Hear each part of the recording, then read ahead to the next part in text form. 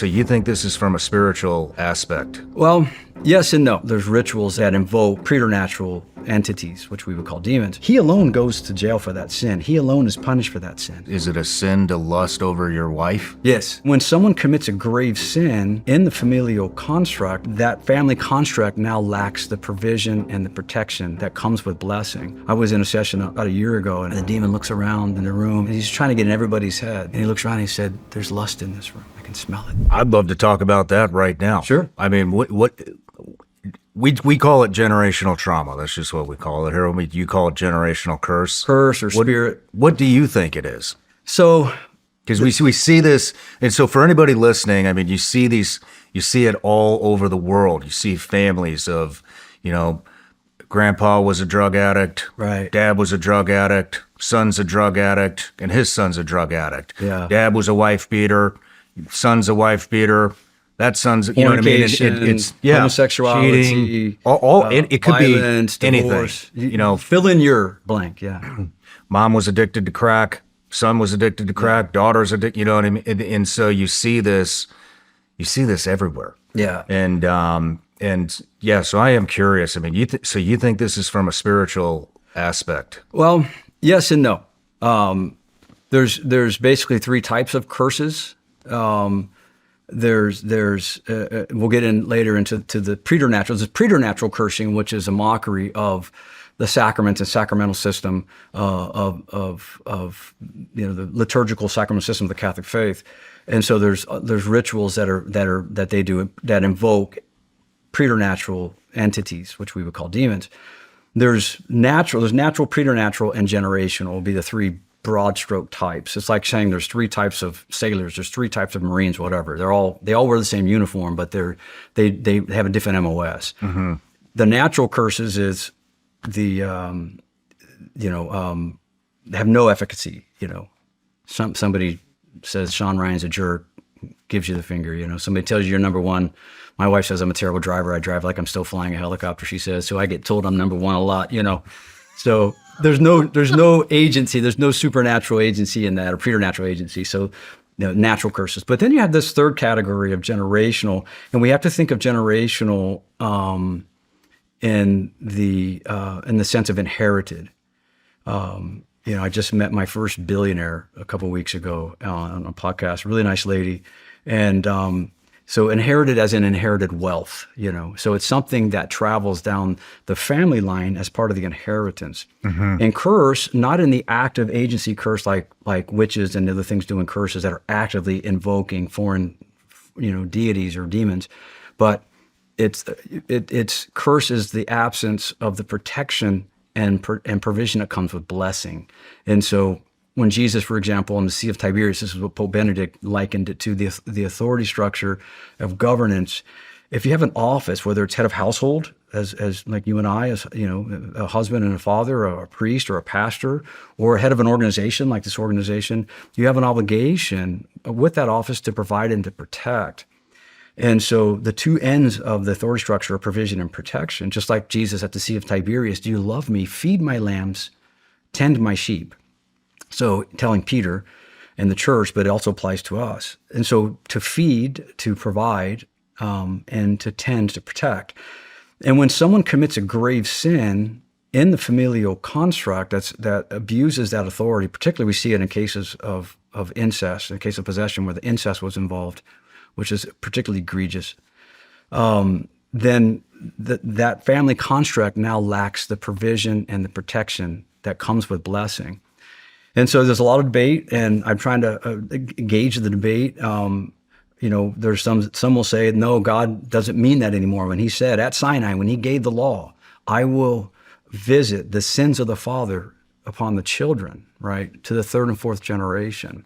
And what's interesting in that visit, you hear that language. It's like after the show, you hear that I'm bad-mouthing you, and you're going to say, I'm going to have to go pay old Dan a little visit. It isn't like I'm going to go visit with you. It's to exact a penalty, a punishment, make satisfaction.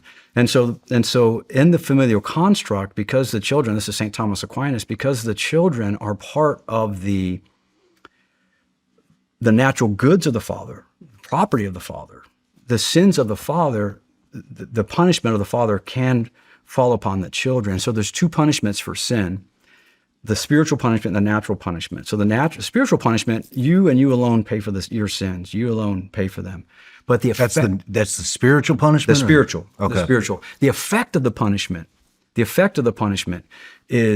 can pass down to the children in that generation. It's inherited in that sense. And we know that logically, a truck driver stops on his way home and stops over at the dew drop in, and he has a couple Boilermakers, and he gets his drink on, drives home, and then commits vehicular homicide. He alone goes to jail for that sin. He alone is punished for that sin. But he loses his CDL. He's no longer living at home. Mom now has to go to work to provide. He's not providing, and he's not there to protect them. That is what the biblical understanding of curse is. It's the privation of the protection and the provision that comes with blessing. Okay. The effect of the sin itself, that's where the misconception is. The sin itself doesn't pass down, but the effect of the sin. Oftentimes it's repeated though, because the children do have, and there is some sins are just copied. So this isn't necessarily some type of a demon or evil entity attached to your genome. Yes and no. The church fathers, some of the, and some of the a reaction. It's a it's reaction to an action. It's that you didn't do. It's not deterministic, but the effect of the sin carries down. And to purify the family of the sin, God allows a demon or an angel to punish the sin.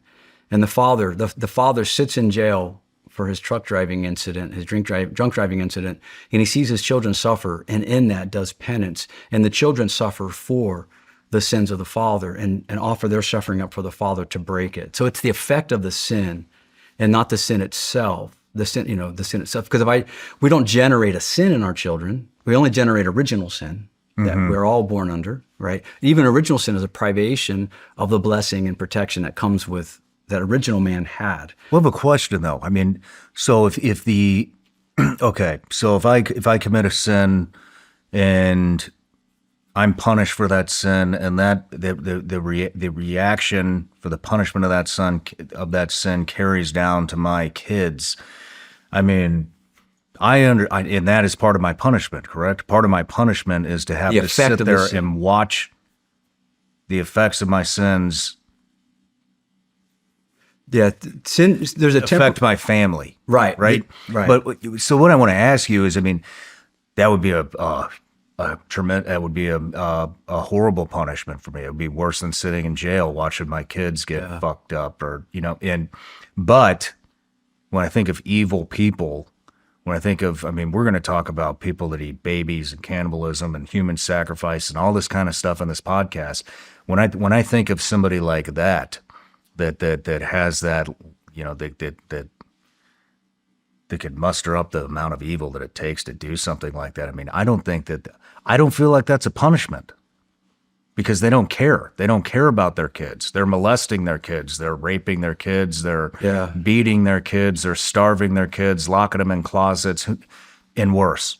And so that's going to get carried down to that innocent kid, and then that innocent kid is going to act the exact same way because of the example that was set by his father. Yeah, so there's always the interplay between nature and nurture, and raising children. Some sins are going to be imitated because they see the father and they compound the father's wickedness. But we're talking about something different here. Here we're talking about the sin itself and the effect of the sin, and so the spiritual and the temporal effect. And that even sins that have been made satisfaction for still have a temporal effect. So on the way out, I get upset and I get mad and I smash up one of the cars, and break the windows. I'm upset about something. Shawn was disrespectful to me, and I break the windows in your car, right? And you're a good dude. You're a good Christian man, and all right, I come back, I drive back, say, hey, Shawn, I'm really sorry. I broke the windows in your car. Shake my hand, I forgive you, right? I get back in my car, I start to drive away, but you're going to say, hey, whoa. Hey, Dan, get your checkbook out. Someone's got to replace the windows. So that's the effect of the sin, means the satisfaction needs to be made, and it can be made. at times, not always, it's not deterministic. And you're getting into in curses and Freemasonic cursing is other things. Sometimes it isn't deterministic, meaning it isn't if this happens, then this will happen. If you do this, this will happen. It's all under God's providence. Let me tell you about my morning routine.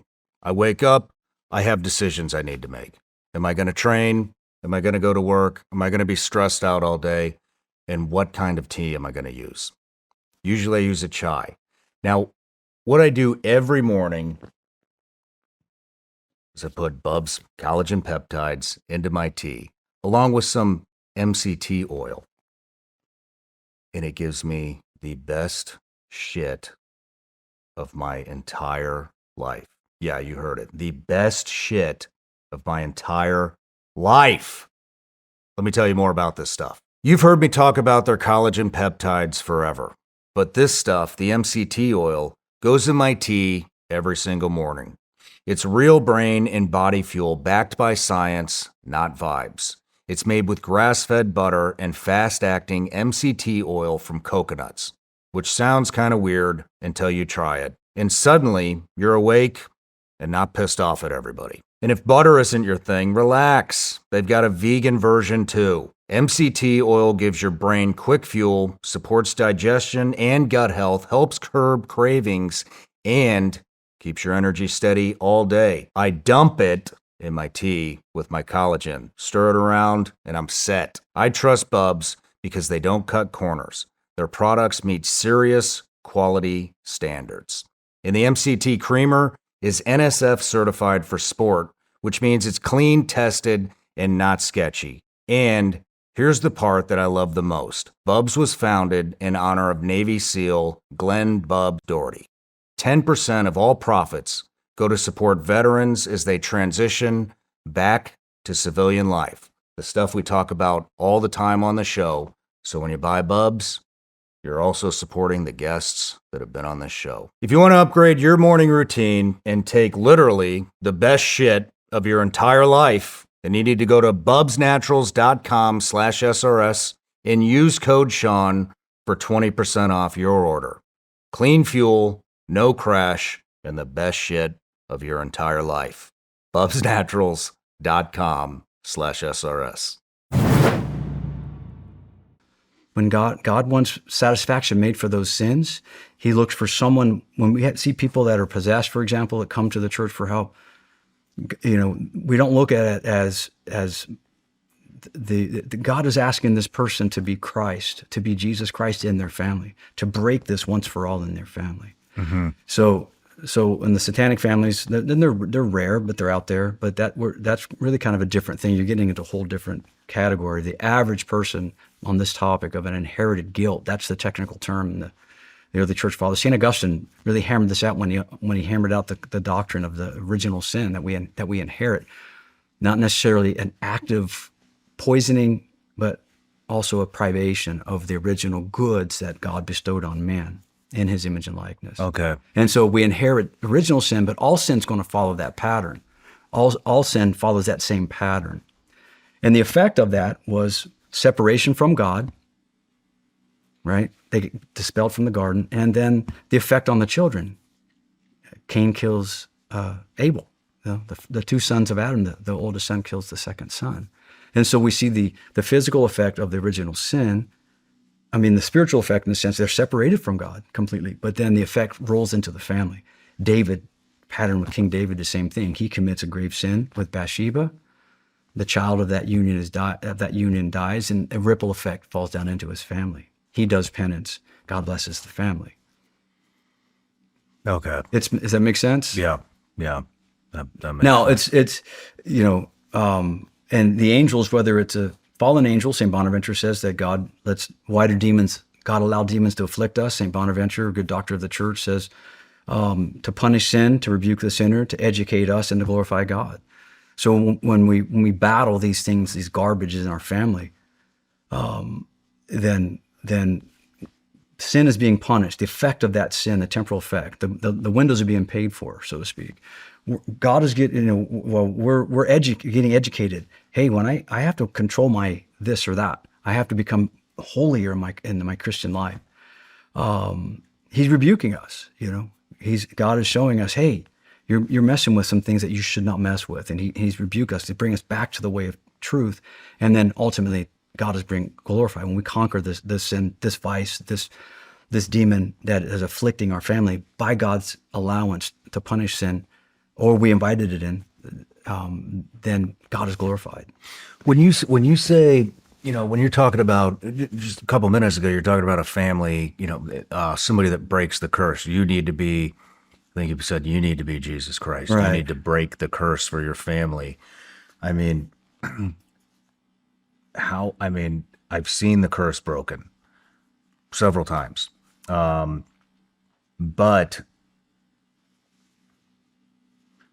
how do they, for what you're talking about, how do they know what to break? Yeah, How do they know what cycle, what curse to break? Yeah, I might not even realize they're in one. right. We recognize patterns in our families. Again, you're just a repurposed operator, and I'm just a repurposed Calf Scout, and we all seem to recognize patterns. Jesus gave us what really stuck in my craw, besides seeing possessed children, and as part of our caseload, was, I think it's Mark chapter 9. Jesus comes down the mountain. He's revealed to the apostles. Some of the apostles go up the mountain, Transfiguration. This is my beloved son. Listen to him.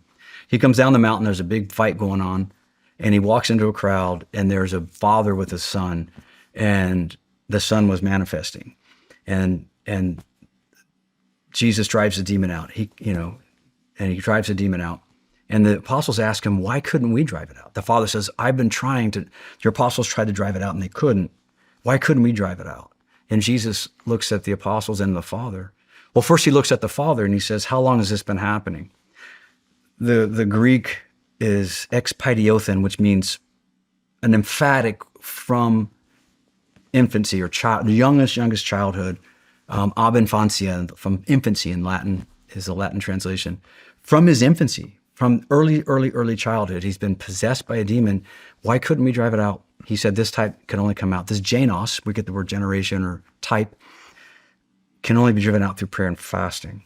And some biblical some versions use other manuscripts that don't have the word fasting. It's a debated clause. It was in St. Augustine, St. Jerome, the Douay Rheims, the Latin Vulgate. Most translations still carry it, depending on which manuscript they're using, prayer and fasting. So certain types. So there's going to have to be a prayerful element and an engagement bodily, because the punishment often fits the crime. And so if that spirit is a spirit of infidelity or impurity, then you have to militate against that with purity, chastity, perhaps celibacy for a time to break that. I was in a session about a year ago, and the demon looks around in the room and he's just trying to get in. He just tries, just like, how it works. It's all psyops. And he's trying to get in everybody's head. And he looks around and he said, there's lust in this room. I can smell it, So he's given us. Now, he's only speaking because God's making him give us information. Everybody was like, oh my gosh, is it you? Is it you? It's not me, You know what I mean? He's just trying to get in our heads. Who farted? Like, exactly. That's what he's just trying to get in the head. But he's telling us two things. He's revealing something that we have to. This team, in union with this priest, we're going to have to do more fasting if we want to help this person. And also this person. What does that mean? I smell lust in this room. There's an exorcism going on. Right. Who's thinking about lust? Nobody. Right. But he could smell it on the people there. And it could be he's just talking about the person that we call the energumen, the possessed person. It could be talking about that. It could be talking about her husband that was there. You never know. But he could just be making stuff up just to try to get in our heads. Yeah. But if he said it, okay, then it's because God forced it out of him. So are you saying that you would need an exorcist or somebody to tell you what penance is for the sin that your father committed? No. You look at the defect, and I put it in the Liber Christi Manual book. I cite in that a modern psychologist that says if you can name it, you can tame it. Talking about the human emotions, if you can name the emotion of anger, of depression, of shame, you can begin to tame it in modern psychology. Okay, and by extension, that is true in the spiritual life. If you can name the defect, you can tame the demon that's driving the defect. So I'm struggling with alcoholism. Okay, you can name it. Now work on the virtue. What's the opposite virtue of that? So in this case, the demon calls out lust, calls the team out, calls somebody out. Who knows? Okay, good. Then we all need to do more. We all need to shore up our interior lives. Everybody here needs to do some acts of penance. And whoever the energumen, the possessed woman, is dealing with lust, or if that's the entry point, normally he's giving you something on his holding point, his entry point, then they got to militate against that through chastity. Maybe they need to, as St. Paul says, live separate for a time being, for a time of prayer. And so that bodily engagement, so it isn't just, the name of Jesus has been driving demons out from the beginning, but this type only comes out through prayer and fasting. And he was talking to, some of the church fathers say he's talking to the apostles. Hey, you guys are slacking. You guys are slacking. You guys, if you want to drive demons out, you guys have to do more fasting. Other church fathers say no, to the dad, to the father. Hey, you got to do more penance if you want to drive this thing out of your son and out of your family. Certain demons absolutely crumble before male authority. Certain demons. Interesting. Yeah. Would so this specific individual, this guy or a woman was married? Yeah. And they smell lust in the house. Well, and you had mentioned that they might want to live separately for a while. I mean, is it a sin to lust over your wife? Yes, it is. Lust is a sin, whether it's with your wife or not. Yeah. So it's even cleaning up the marital bed. Living clean, squeaky clean. Watching any impurity in your marital bed, and even the marital embrace, needs to be pure. And the demon is constantly trying to corrupt that. No matter where you're watching the Shawn Ryan Show from, if you get anything out of this at all, anything, please like, comment, and subscribe. And most importantly, share this everywhere you possibly can. And if you're feeling extra generous, head to Apple Podcasts and Spotify and leave us a review.